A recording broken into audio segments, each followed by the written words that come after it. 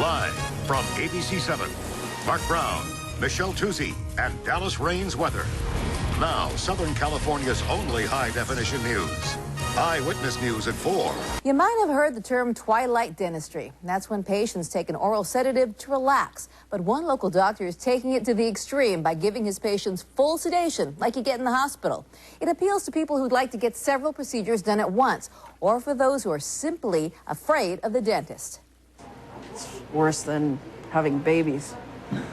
It's just awful. Jacqueline Berman is talking about the last 2 times a dentist tried to do a root canal on her left lower molar. I had a horrible experience. I felt the entire thing, and I'll never forget that. No matter how much Novocaine her dentist injected, she still felt the drill. That's why this time she's not taking any chances. You getting sleepier?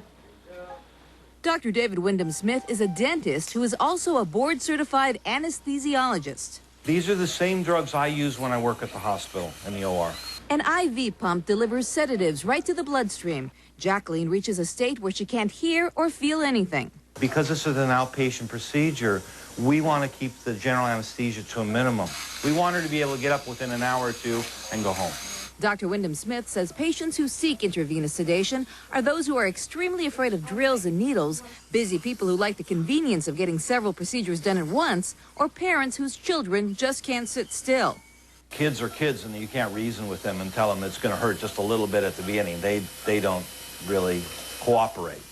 For a majority of healthy patients, this is a great option. But if an emergency arises, a dental office needs to be equipped with the appropriate life-saving medication and equipment.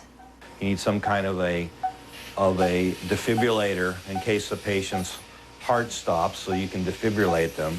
General anesthesia in an office setting is not appropriate for patients with advanced heart disease or any other serious medical issues. Doctors do a complete assessment before booking the appointment.